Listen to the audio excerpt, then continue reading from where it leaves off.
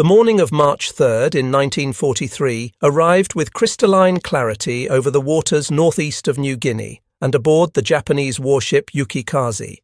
Naval officers had their binoculars trained on a disturbing sight approaching from the southern horizon.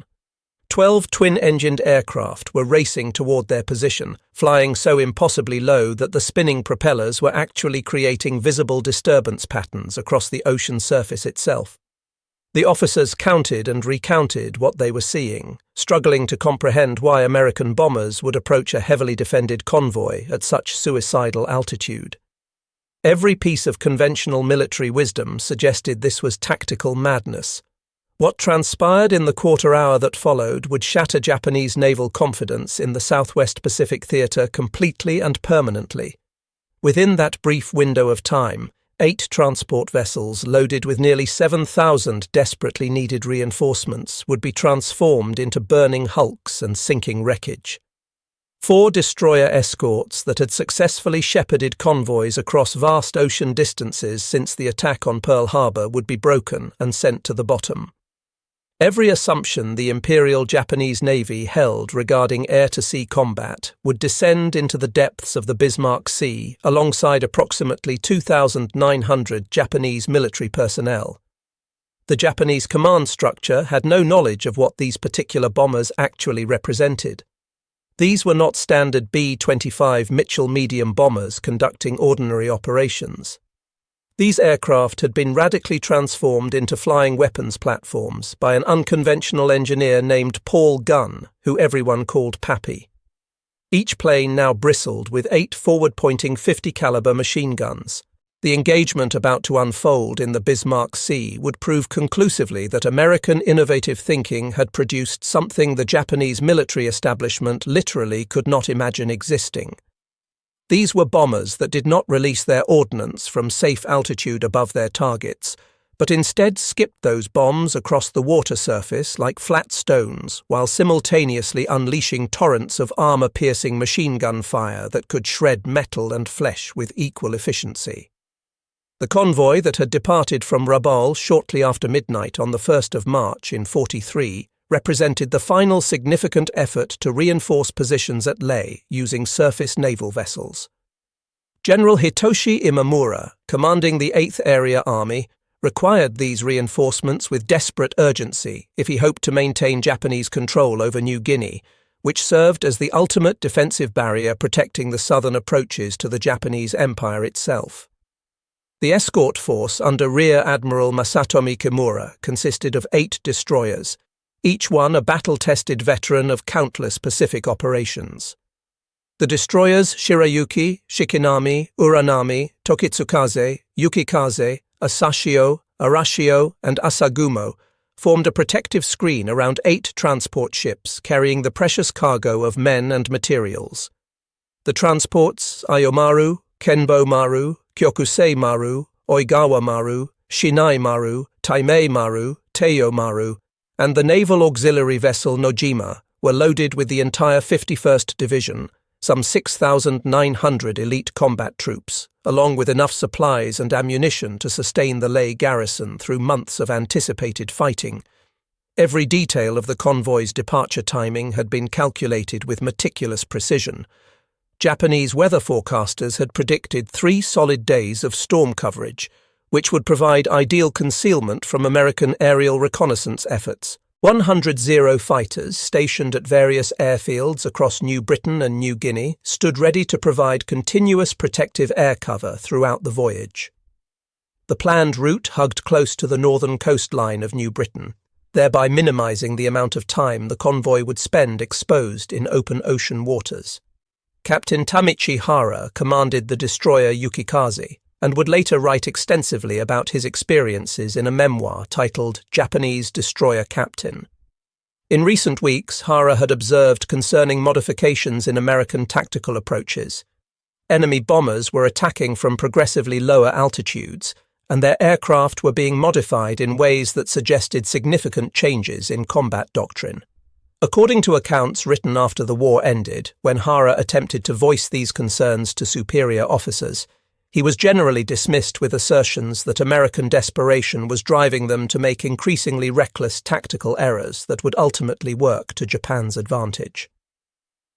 What the Japanese leadership could not possibly know was that a genuine revolution in aerial combat methodology had been taking place in workshop facilities at Port Moresby and Townsville throughout the preceding months. Beginning in August of 1942, Major Paul Gunn, formerly a Navy pilot who had transferred to Army Air Forces, had been systematically transforming medium bomber aircraft into something unprecedented in military aviation history. The innovations Gunn developed emerged directly from operational necessity rather than theoretical planning. Traditional high-altitude bombing techniques against naval targets were achieving hit rates below 1%. When bombardiers attempted to strike moving ships from altitudes of 10,000 feet, even the most skilled among them found it nearly impossible to compensate for all the variables involved. Ships could observe bombs falling toward them and had multiple minutes available to execute evasive maneuvers. Anti-aircraft fire proved highly effective against aircraft operating at medium bombing altitudes. Something dramatically different was required if American air power hoped to interdict Japanese shipping effectively. Working with salvaged components recovered from wrecked fighter aircraft, Gunn installed 4 50-caliber machine guns into the nose sections of B-25 bombers, replacing the standard bombardier's glazed compartment with solid metal construction. He added 4 additional guns mounted in packages positioned below the cockpit area, bringing the total to 8 forward-firing weapons. Each individual gun was capable of firing 850 rounds per minute of armor-piercing ammunition that traveled at velocities approaching 3,000 feet per second.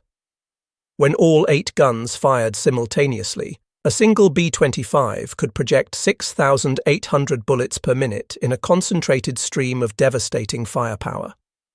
Major Ed Larner commanded the 90th Bomb Squadron, which was part of the 3rd Bomb Group, and his unit had devoted weeks to perfecting what became known as skip bombing technique.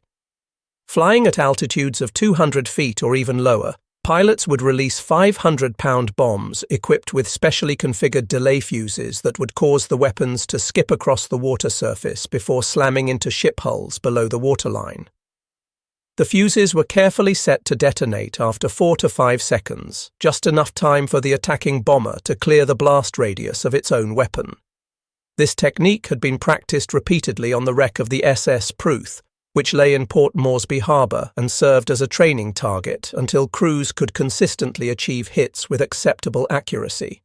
Through extensive trial and experimentation, optimal parameters were established for successful skip bombing attacks. The ideal altitude range was 200 to 250 feet above the water surface. Airspeed should be maintained between 200 and 250 miles per hour. Bombs should be released when the aircraft was positioned 60 to 100 feet from the intended target. The protective storm cover that Japanese meteorologists had predicted for the convoy began breaking apart earlier than forecasted.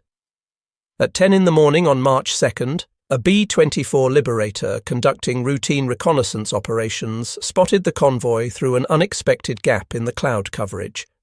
Within a matter of hours, 28 B-17 Flying Fortresses from the 43rd Bombardment Group were airborne and heading toward the convoy from their base at Port Moresby. The B-17S conducted their attack from 7,000 feet altitude, which was lower than their typical bombing altitude, but still positioned them above the effective range of most anti-aircraft weaponry. They bracketed the convoy formation with 1,000-pound demolition bombs. At approximately 2:45 in the afternoon, the transport vessel Kyokusei Maru absorbed direct hits on her forward cargo compartments. Fires spread rapidly to ammunition storage areas, forcing the ship's crew to abandon vessel. Approximately 900 soldiers were evacuated from the burning transport and transferred to the destroyers Yukikaze and Asagumo. These 2 destroyers, now dangerously overloaded with rescued personnel, raced ahead at maximum speed toward Leh, where they deposited their human cargo before returning to rejoin the convoy formation early on March 3rd. This emergency run successfully saved those particular soldiers, but significantly reduced the convoy's escort strength at an absolutely critical juncture in the operation. What Japanese commanders failed to understand was that the B-17 attack had served as reconnaissance by fire, a deliberate tactic to test defensive capabilities and scatter the convoy formation in preparation for what was planned to follow. Allied operational planners had quite deliberately employed high-altitude bombing first to assess anti-aircraft response and force the convoy to break its protective formation before the main assault commenced. The 3rd of March dawned with disastrous clarity over the Huon Gulf. The convoy had successfully navigated around the Huon Peninsula during night hours and now found itself exposed in open waters, positioned only 80 miles from their destination at Leh. Safety and success seemed tantalizingly within reach. At 5 minutes before 8 in the morning, lookouts stationed aboard the Japanese ships observed the first wave of attacking aircraft approaching from the southern direction. These aircraft were not flying at the 7,000-foot altitude that yesterday's B-17s had maintained. Instead, they were skimming across the wavetops at such minimal altitude that spray kicked up by their propellers was clearly visible to observers. As the attacking aircraft closed to within 2,000 yards, their nose sections erupted with streams of tracer fire. 8 separate lines of bullets from each modified B-25 converged on Japanese anti-aircraft gun positions. Japanese gunners attempting to man their defensive weapons were cut down by the concentrated firepower before they could effectively return fire. Those who managed to take cover found themselves unable to properly defend their vessels while pinned down by the relentless strafing. Following behind the strafing B-25s came Royal Australian Air Force Beaufighters from No. 30 Squadron, adding their own devastating contribution to the assault with 4 20mm cannons and 6.303 machine guns per aircraft. The combined firepower from American and Australian aircraft proved absolutely overwhelming, systematically suppressing anti-aircraft defensive positions across the entire convoy formation. At precisely 10 o'clock in the morning, Major Ed Larner led 12 B-25s from the 91st Bomb Squadron into their attack run. Flying in formations of 3 aircraft at 200 feet altitude, they bore down on the convoy at speeds of 250 miles per hour. This represented the culminating moment that months of intensive training had prepared them to execute. The lead bomber released its bomb approximately 300 yards from the transport ship Shinai Maru. The bomb impacted the water surface, skipped twice across the waves, and slammed into the ship's hull just above the waterline with tremendous force. 4 to 5 seconds after release, exactly as the delay fuse timing was designed to function, the bomb detonated inside the cargo hold, literally ripping the vessel apart from internal explosion. The transport Kenbu Maru, heavily loaded with drums of aviation fuel, absorbed a skip bomb amidships. The resulting explosion ignited her volatile cargo, creating a massive fireball that rose 500 feet into the tropical air. The ship disintegrated in mere seconds, leaving only burning debris scattered across the water surface. The Ayomaru absorbed multiple direct hits in rapid succession from different attacking bombers. Her hull was opened like someone had used a can opener on thin metal. The Oigawa Maru, desperately attempting to maneuver away from the attacking aircraft, took bomb impacts from 2 different B-25s simultaneously. Her back was broken by the explosions, causing the vessel to jackknife in the middle and sink within a matter of minutes. The destroyer Asashio, under the command of Captain Yasuo Sato, attempted to position herself between the attacking bombers and the vulnerable transport ships. She was immediately bracketed by 3 B-25s executing coordinated attacks. Skip bombs slammed into her engine room compartments, while thousands of machine gun bullets swept across her deck spaces, killing virtually everyone exposed above deck. Dead in the water and burning from multiple fires, she became a stationary target for subsequent attack waves that followed.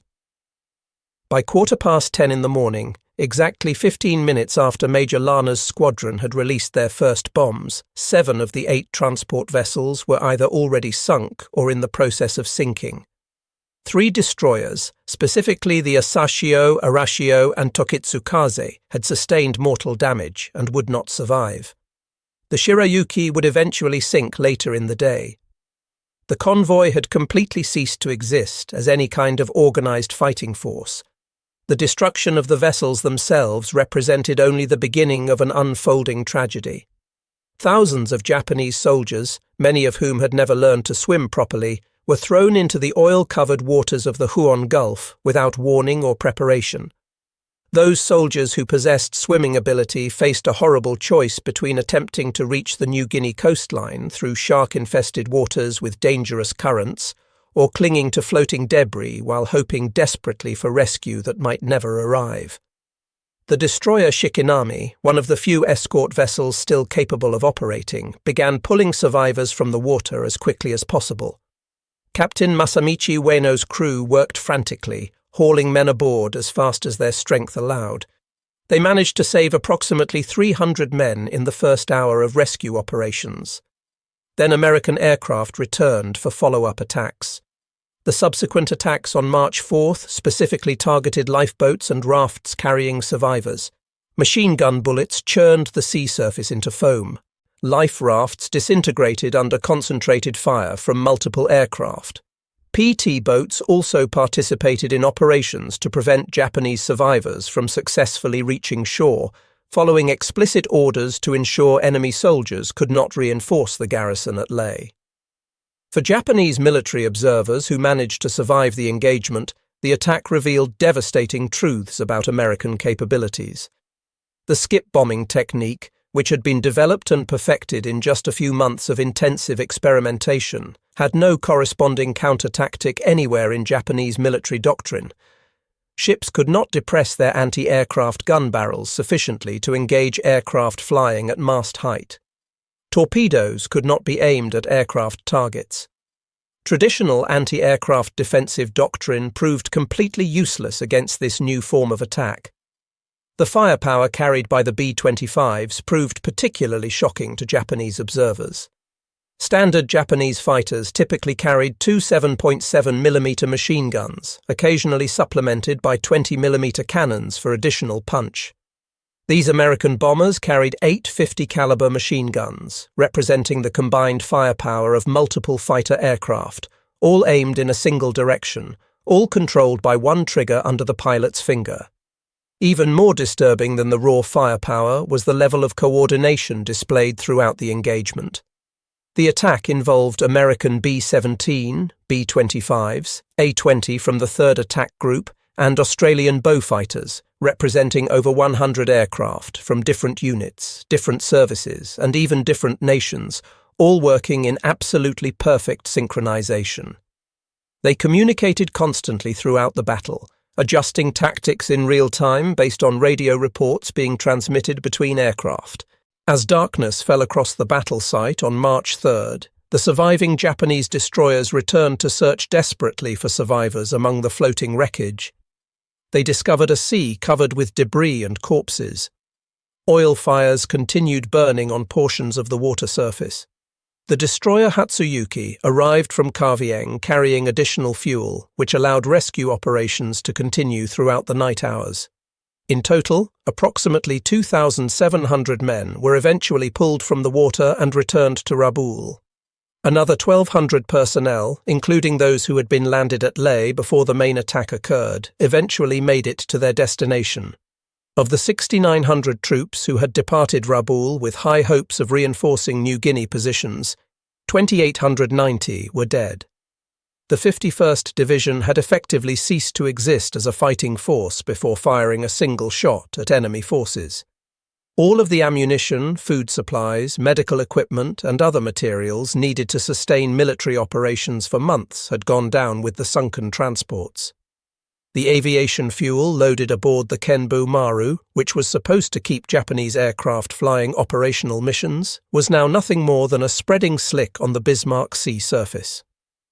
Admiral Isoroku Yamamoto, serving as Commander-in-Chief of the combined fleet, received the detailed battle report while in his cabin aboard the massive battleship Musashi, which was anchored at Truk. According to staff officers who were present at the time, Yamamoto sat in complete silence for an extended period before speaking any words in response.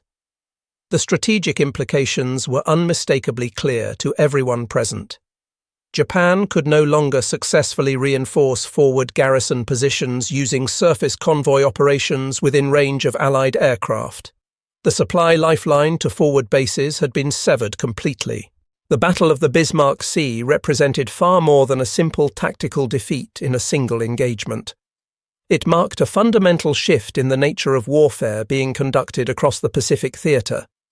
Never again would Japanese forces attempt to reinforce their garrison positions using surface convoy operations within effective range of Allied aircraft. The strategic implications rippled outward through every level of Japanese operational planning.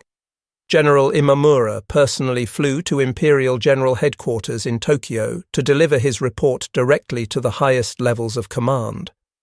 In a meeting that lasted 6 full hours, he presented comprehensive evidence demonstrating that American air power had evolved beyond Japanese to effectively counter it.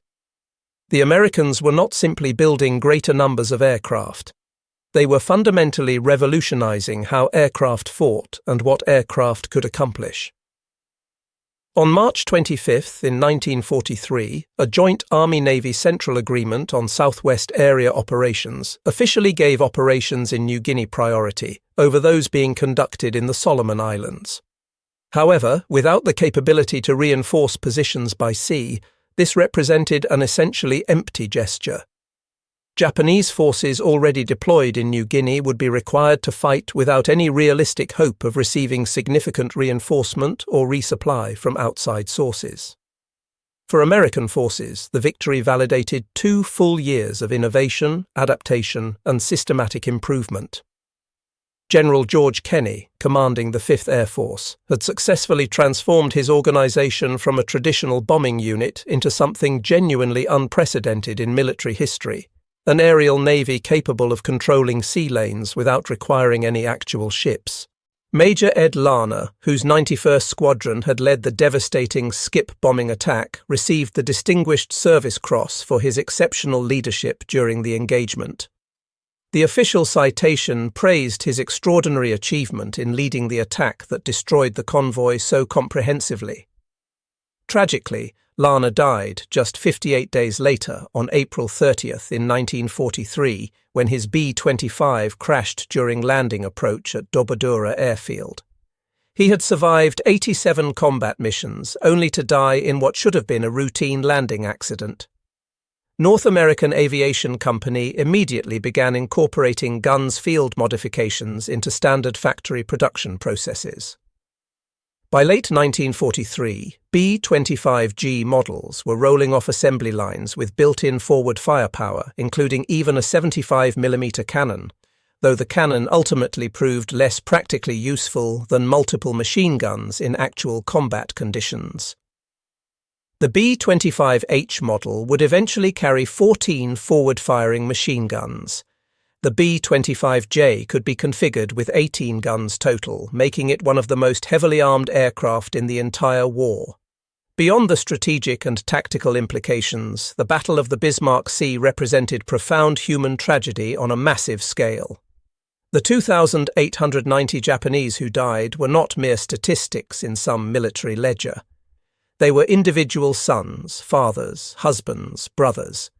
Many had been conscripted from civilian occupations as farmers, clerks, students, people who barely understood the war they had been drafted to fight. The American pilots who conducted the mission understood the military necessity of preventing enemy soldiers from reaching shore to reinforce garrison positions. But this understanding did not make the actions any easier to bear psychologically. Some aircrew members reported experiencing nightmares about the strafing missions for many years afterward. The demonstrated success at Bismarck Sea triggered an acceleration of American tactical innovation across all theaters. Within a matter of months, new techniques were being developed and implemented rapidly. Parafrags, which were parachute-equipped fragmentation bombs designed for attacking airfields, allowed low-level bombing without the attacking aircraft being damaged by its own bomb explosions. White phosphorus bombs for marking targets clearly. improved skip bombing fuses with more reliable delay mechanisms. Each innovation built upon the foundation of overwhelming industrial capacity. Americans could afford to experiment freely because failure cost only material resources, and material was essentially unlimited from American production. Japanese innovation efforts increasingly stagnated because every experiment consumed irreplaceable resources that could not be easily replaced. By stark contrast, Japanese forces increasingly relied on spiritual solutions rather than material or technical solutions to military problems. The kamikaze concept, which involved using pilots as essentially guided missiles, emerged partly from recognizing that Japan could not match American technology or production capacity. If they could not outbuild or out-innovate the Americans through conventional means, they would attempt to outdie them through sacrifice. Crucial to the victory at Bismarck Sea was American code-breaking capability. The Fleet Radio Unit Melbourne and Naval Intelligence Organizations in Washington had successfully decrypted Japanese communications messages revealing the convoy's exact schedule, planned route, and composition. General Kenny knew precisely when and where to position his forces for maximum devastating effect. This intelligence advantage had to be carefully protected to prevent Japanese forces from realizing their codes had been compromised. Reconnaissance flights were deliberately staged to appear to discover the convoy through visual observation, maintaining the fiction that standard patrol procedures, rather than signals intelligence, had provided the advance warning. The deception proved so successful that Japanese forces never realized their communication codes were being read routinely, and they continued using the same encryption systems throughout the remainder of the war. The Royal Australian Air Force's role in the battle demonstrated the superiority of Allied coordination and cooperation. RAF Beaufighters from No. 30 Squadron and Bostons from No. 22 Squadron flew alongside American aircraft, communicating on identical frequencies, following the same tactical procedures. Squadron leader serving with the RAAF flew 3 separate sorties during the battle engagement. He would later receive the Victoria Cross posthumously for his actions in subsequent operations before being captured and executed by Japanese forces. The seamless integration of Australian and American forces stood in stark contrast to Japanese operations, where Army and Navy units rarely coordinated effectively with each other, often competing for scarce resources rather than cooperating toward common objectives. Behind the modified B-25s that destroyed the convoy lay an incredibly complex supply chain stretching back thousands of miles to American factory facilities. Each individual B-25 required 165,000 separate parts manufactured in dozens of different states across America. The .50 caliber ammunition they fired was produced in manufacturing plants scattered from Connecticut to California, with billions of rounds manufactured during the war years. The skip bombing technique required special delayed action fuses manufactured by the millions in American munitions plants spread across the country. The aviation fuel for training flights came from Texas oil fields and Louisiana refineries. Replacement parts for damaged aircraft arrived weekly by ship transport from the United States mainland. This entire supply chain operated smoothly, while America was simultaneously fighting in Europe, supplying Britain and the Soviet Union with materials, and maintaining forces scattered across the vast Pacific theater. The Japanese convoy destroyed at Bismarck Sea represented Japan's absolute maximum effort to reinforce New Guinea positions. The forces that destroyed it constituted a tiny fraction of total American production capability. The American pilots who devastated the convoy had averaged 400 flight hours of training before entering combat operations. They had practiced skip bombing techniques for weeks, using virtually unlimited quantities of fuel and ammunition for training purposes. Each pilot had dropped dozens of practice bombs before the actual mission.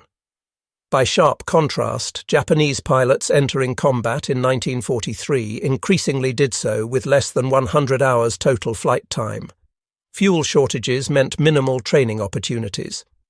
The veteran pilots who might have provided instruction to newcomers were mostly dead, killed by the brutal mathematics of American industrial production. New Japanese pilots were essentially flying students being thrown into combat against experienced American aviators who had survived dozens of missions. After Bismarck Sea, Japanese forces deployed in New Guinea found themselves strategically isolated from outside support. Supplies could only be delivered by submarine, which was extremely dangerous and severely limited in cargo capacity. Fast destroyer runs conducted at night represented another option, equally hazardous and insufficient for sustaining major military operations. These so-called Tokyo Express runs could deliver only a tiny fraction of what the destroyed convoy had carried in its holds. Japanese commanders turned to using barges, attempting to creep along coastal areas at night with supply loads. These became priority targets for PT boats and modified B-25s equipped with radar systems for night hunting operations. By June of 1943, Japanese forces in New Guinea were subsisting on half rations. By September, they were eating grass, tree bark, roots, anything remotely edible. The army that had conquered Singapore with seemingly unstoppable momentum was literally starving to death in the jungle, defeated not primarily by bullets but by interdiction, the systematic cutting of supply lines through overwhelming air power. For Japanese military culture, which was rooted in centuries of samurai tradition emphasizing personal combat prowess and individual heroism, the industrialized slaughter at Bismarck Sea represented something incomprehensible. Ships destroyed by aircraft they could not effectively engage. Soldiers killed by bombs skipped across water. Victory achieved through industrial production rather than warrior spirit. Japanese forces would increasingly resort to suicidal tactics throughout the remainder of the war. Banzai charges, kamikaze attacks, seeking meaningful death in the face of mechanized killing they could not overcome through traditional means. Americans would respond with ever more firepower, more technology, more industrial solutions to military problems. The gap between traditional warrior culture and industrial warfare would only continue widening. Pappy Gunn had installed cameras in the tail sections of modified B-25s, activated automatically when bombs were released from the aircraft. These cameras captured the destruction of the convoy in devastating photographic detail. Ships exploding, capsizing, burning, sinking. The photographs provided unprecedented documentation of the battle's effects and served multiple important purposes simultaneously. They provided accurate battle damage assessment, allowing intelligence officers to verify pilot claims of ships destroyed with photographic evidence. They became invaluable training aids, showing future pilots exactly how skip bombing worked under actual combat conditions. They served as powerful propaganda tools, demonstrating American military power to allies and enemies alike. The Japanese possessed no equivalent photographic capability, relying instead on pilot reporting, which was often inaccurate in the confusion and heat of actual combat conditions. The B-25s that destroyed the convoy had been flying continuously for months in the incredibly harsh environmental conditions of New Guinea. Tropical heat, humidity that bred corrosion on metal surfaces, coral dust that abraded engines and mechanical components. Yet mechanical failures during the actual mission were remarkably rare. American engines were deliberately over-engineered, built with power reserves that allowed them to continue functioning even when not perfectly maintained. Japanese aircraft by 1943 were increasingly being grounded for extended periods due to lack of spare parts, while American aircraft flew daily missions with remarkable reliability. During the battle engagement, American and Australian aircraft communicated constantly via radio transmissions. Pilots reported target locations to each other, warned of fighter attacks, coordinated approaches to maximize effectiveness. This real-time information sharing multiplied combat effectiveness exponentially, allowing aircraft to support each other and exploit tactical opportunities as they emerged during the fluid combat situation. Japanese communications were minimal and often completely non-functional. Radio equipment proved unreliable under combat conditions. Frequencies were not standardized between different military services. Radio discipline was generally poor. Ships and aircraft often fought in complete isolation, unable to coordinate effectively or warn each other of emerging threats. American pilots flew into battle knowing that if they were shot down and wounded, they possessed excellent chances of survival and recovery. Blood plasma, morphine, sulfur drugs, and eventually penicillin were standard items in American medical kits. Medical evacuation by aircraft was routine procedure, with wounded pilots often arriving in hospital facilities within hours of being shot down and rescued. Japanese soldiers and sailors knew that serious wounds likely meant death. Medical supplies were desperately short even before the convoy's destruction. The medicines that might have saved wounded lives were now resting at the bottom of the Bismarck Sea. This knowledge fundamentally affected morale. American pilots flew with confidence in their equipment and support systems, while Japanese forces fought with the desperation of men who knew they were expendable. The Battle of the Bismarck Sea cost Japan ships and aircraft it absolutely could not afford to lose under any circumstances. The 8 transport vessels represented many months of production from Japanese shipyards already strained far beyond sustainable capacity. The destroyed supplies and ammunition represented significant portions of total Japanese production that could not possibly be replaced quickly. For America, the battle was economically insignificant in the larger picture. The ammunition expended was replaced within days from massive stockpiles. The few aircraft lost were replaced within hours from reserves. American factories were producing 100,000 aircraft annually by 1943, nearly 300 per day on average. The fuel burned in training exercises and combat operations was essentially a rounding error in total American petroleum production capacity. The Battle of the Bismarck Sea reverberated through the remainder of the entire Pacific War. It proved conclusively that air power could control sea lanes effectively without requiring naval vessels. It demonstrated that industrial innovation could create entirely new forms of warfare faster than enemies could develop effective counters. For Japanese forces deployed across the Southwest Pacific, it marked the beginning of the end of any realistic hope. Cut off from reinforcement and resupply, they would fight a series of increasingly desperate holding actions, each ending in either annihilation or slow starvation.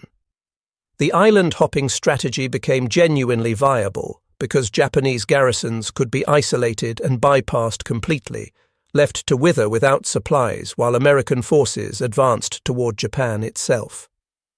The success at Bismarck Sea dramatically accelerated B-25 development programs. The B-25G model, entering active service in late 1943, carried a massive 75mm cannon, the largest weapon ever mounted on a twin-engine bomber aircraft. Though the cannon ultimately proved less practically useful than multiple machine guns in actual combat, it demonstrated American willingness to experiment boldly with unconventional weapons. Each design iteration reflected lessons learned from combat and the industrial capability to implement changes rapidly. Post-war analysis of captured Japanese documents revealed how thoroughly the Bismarck Sea defeat had shaken Japanese strategic confidence at the highest levels.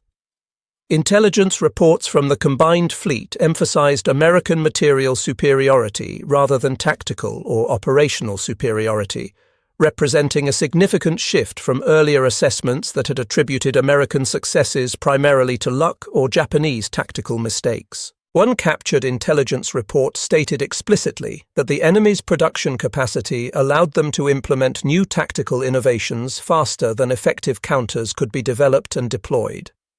This recognition of fundamental industrial disadvantage marked a dramatic shift in Japanese strategic thinking at command levels. After Bismarck Sea, Imperial General Headquarters conducted a comprehensive review of overall Japanese strategy in the Southwest Pacific Theater. The conclusions reached were deeply sobering for anyone who read them honestly. Surface reinforcement of forward base positions was no longer operationally possible. American air power had achieved operational supremacy that could not be contested. The industrial gap was widening progressively, not narrowing. Traditional naval superiority had become strategically irrelevant if ships could not survive concentrated air attack. The formal recommendation was to abandon offensive operations entirely and prepare for defense of the inner perimeter territories. However, even this defensive strategy rested on assumptions that American attacks would come at a pace Japan could potentially match, an assumption that would prove tragically optimistic as American industrial production continued accelerating. The skip bombing technique pioneered at Bismarck Sea spread rapidly throughout American forces across multiple theaters. Navy PBY Catalina flying boats adopted it for night attacks on Japanese shipping. Marine Corps pilots employed it effectively in the Solomons campaign. Even transport pilots received training in the technique in case they unexpectedly encountered enemy shipping while flying supply missions. This rapid proliferation was possible because America had genuinely standardized training procedures, equipment, and communications across all services. A technique developed and perfected in New Guinea could be successfully implemented in operations in the Aleutians within a matter of weeks. Japanese forces, divided by intense service rivalries and poor communication between branches, rarely shared tactical innovations, even within the same geographic theater. The statistical numbers tell the story of American industrial supremacy that made the Bismarck Sea victory operationally possible.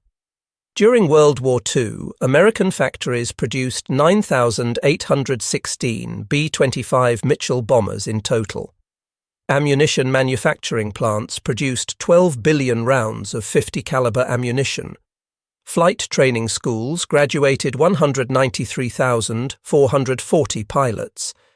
Every single B-25 component part was stockpiled in multiple locations scattered across the Pacific Theater. Against this industrial tsunami of production, Japanese military courage and fighting spirit were ultimately irrelevant factors. The bravest samurai warrior could not overcome the cold mathematics of mass industrial production. Papigun's camera installations provided absolutely unprecedented documentation of combat effectiveness with scientific precision. The footage, when studied frame by analysts, revealed optimal tactical parameters with remarkable clarity. Bomb release should occur at 200 to 250 feet altitude. Approach speed should be maintained at 245 miles per hour. Release distance should be 60 to 100 feet from target for maximum effectiveness against shipping. This thoroughly scientific approach to warfare, measuring variables, analyzing results, optimizing procedures, was quintessentially American in character. War had become fundamentally an engineering problem with industrial solutions, rather than a test of warrior spirit or martial prowess. The loss of supplies at Bismarck Sea created an immediate and severe crisis for Japanese forces deployed throughout New Guinea. Within a matter of weeks, frontline combat units were reporting critical shortages across all categories. Ammunition was strictly restricted to 10 rounds per day per individual soldier. Rice rations were reduced to 400 grams daily per man. Medical supplies had been completely exhausted with no replacements available. Fuel for vehicles was unavailable for any purpose. Aircraft sat grounded for lack of spare parts. American forces deployed in the same geographic area, by stark contrast, complained if ice cream was not available daily in their mess facilities. The economic disparity between the two nations was so vast that captured Japanese soldiers often refused to believe American supply levels were actually real, assuming they were being shown elaborate propaganda designed to break their morale. Success at Bismarck Sea accelerated American innovation in aerial warfare across all categories. Within months of the battle, new developments were being tested and implemented. Improved skip bombing fuses with more reliable delay mechanisms. Napalm incendiary weapons for attacking Japanese positions in jungle terrain. Rocket-assisted bombs for increased penetration of hardened targets. White phosphorus marker rounds for target identification by follow-up waves. Each innovation built directly upon industrial capacity to experiment freely and implement successful changes rapidly through mass production. Americans could afford failed experiments because failures cost only material resources that could be easily replaced. Japanese innovation efforts stagnated progressively because every single experiment consumed absolutely irreplaceable resources. Behind every B-25 that participated in attacks at Bismarck Sea stood a maintenance crew that kept aircraft flying under incredibly difficult conditions. These men, working in primitive facilities scattered across New Guinea, performed daily mechanical miracles that kept aircraft operational. Engines were overhauled in jungle workshops using improvised tools. Battle damage was repaired using salvaged materials from wrecked aircraft. Field modifications were implemented using nothing but hand tools and ingenuity. Aircraft were completely turned around between missions in just hours when necessary. This maintenance capability reflected America's broad industrial training base. Hundreds of thousands of Americans possessed practical knowledge of how to repair engines, fix electrical systems, and work metal. This vast pool of distributed technical expertise represented perhaps America's single greatest military advantage. The controversial strafing of survivors in the water, which remained controversial even among Americans who participated, served a harsh but calculated military purpose.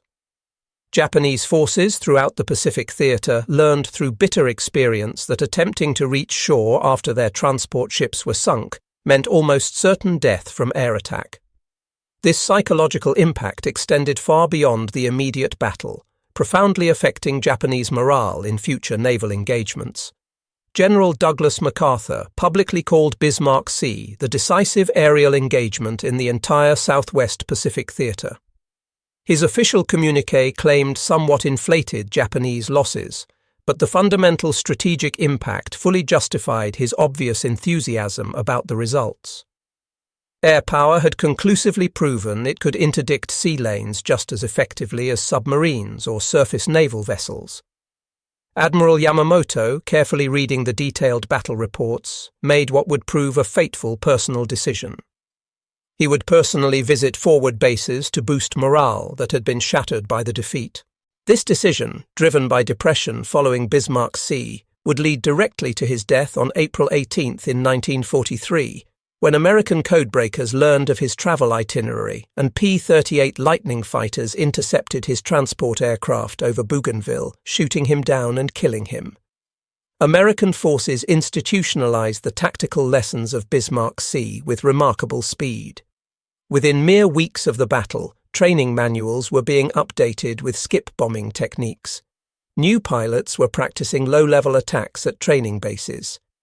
Tactical doctrine was being systematically revised to place greater emphasis on anti-shipping operations.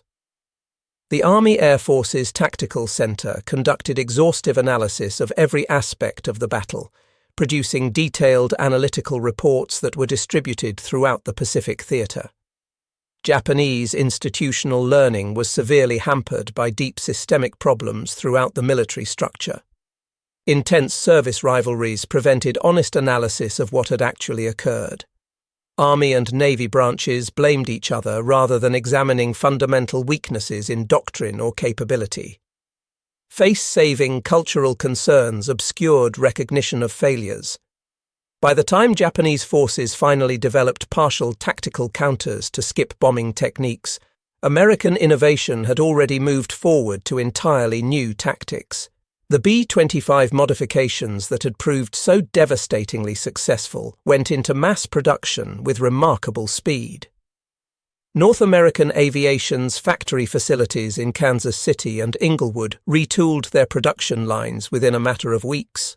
By late 1943, new B-25s were coming directly from the factory floor with 8 to 14 forward-firing machine guns as standard equipment, reinforced nose structure specifically designed for gun installation, upgraded engines optimized for low-level performance characteristics, improved armor protection for crew members, and built-in camera installations for battle damage documentation.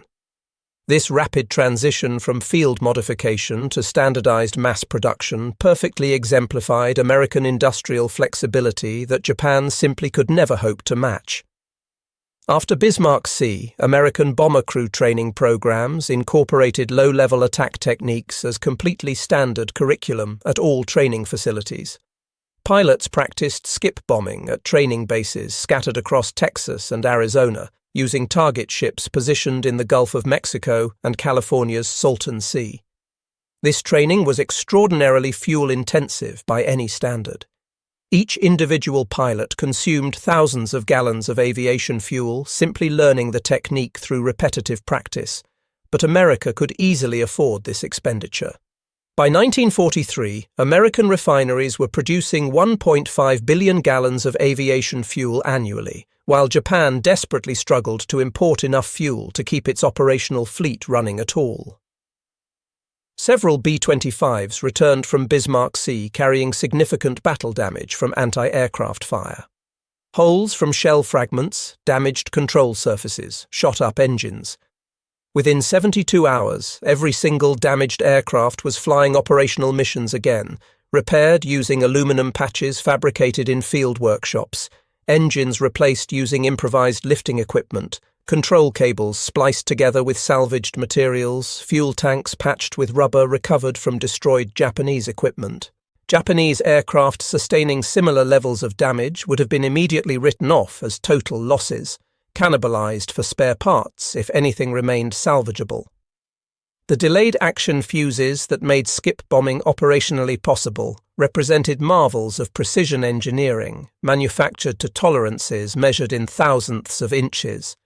They had to survive the tremendous impact of hitting water at speeds exceeding 200 miles per hour, function reliably after multiple skips across wave surfaces, detonate at precisely the correct moment to maximize damage. American factories produced these precision fuses by the millions, with each individual unit tested and certified before shipment. Japanese fuses, by sharp comparison, had failure rates exceeding 20% by 1943 due to quality control problems and chronic material shortages. American aircraft located the Japanese convoy precisely when and where expected, despite challenging weather conditions and vast distances involved. This reflected clear superiority in multiple areas of navigation training. American pilots averaged 400 hours of flight time before entering combat operations. Navigation equipment included accurate compasses and reliable instruments. Map quality was excellent, based on detailed charts from comprehensive pre-war surveys. Weather forecasting provided meteorological support that had accurately predicted the clearing weather. Japanese navigation increasingly relied on simply following lead aircraft or using coastal landmarks for reference, which severely limited operational flexibility. American intelligence services had known about the convoy well in advance through successful code-breaking operations, but this secret had to be carefully protected. Reconnaissance flights were deliberately staged to appear to discover the convoy through routine visual observation, maintaining the essential fiction that standard patrol procedures rather than signals intelligence had provided advance warning. The deception proved so completely successful that Japanese forces never realized their communication codes were being routinely read by American cryptographers, and they continued using identical encryption systems that Americans could decrypt easily. The 1,200 Japanese soldiers who eventually reached Leh discovered a garrison already subsisting on severely reduced rations. The supplies that were supposed to sustain operations for months had been destroyed at sea. Within a matter of weeks, Japanese forces were desperately foraging for anything edible in the surrounding jungle. Disease became epidemic throughout the garrison. Malaria, dysentery, tropical ulcers, malnutrition progressively decimated units. By June of 1943, the effective combat strength of Japanese forces deployed at Leh had been reduced by 60% through disease and starvation alone, without significant combat action. American pilots flying at Bismarck Sea were operating under limited combat tour policies, typically 50 missions or 6 months of combat duty, before rotating home to train new pilots and share combat experience. This systematic approach preserved hard-won expertise and disseminated tactical lessons throughout the entire force structure. Veterans became instructors at training facilities, passing combat techniques to the next generation of pilots entering the war. Japanese pilots flew continuous combat operations until they were killed. The expertise gained at terrible cost over months or years was lost forever when experienced pilots died. By late 1943, most genuinely experienced Japanese pilots were dead, and their replacements were increasingly poorly trained novices being sent into combat against American veterans who had survived dozens of missions. The Battle of the Bismarck Sea represented a remarkable convergence of multiple American technological advantages operating simultaneously. Industrial capacity to actually produce modified aircraft in quantity. Innovation culture that encouraged and rewarded field modifications. Training resources for perfecting entirely new tactical approaches. Intelligence capability to locate targets with precision. Communication systems enabling coordination of complex multi-unit attacks. Supply chains capable of sustaining extended operations far from home bases. No single advantage proved decisive by itself. Their combination proved absolutely overwhelming to Japanese forces. The Japanese faced not merely superior numbers, but superior integrated systems, industrial, organizational, and technological, that they possessed no capability to match or counter. The Battle of the Bismarck Sea lasted only 3 calendar days, with the absolutely decisive action occurring in just 15 minutes on the morning of March 3rd in 1943. In those 15 brief minutes, the fundamental nature of warfare being conducted in the Pacific Theater changed forever and irreversibly.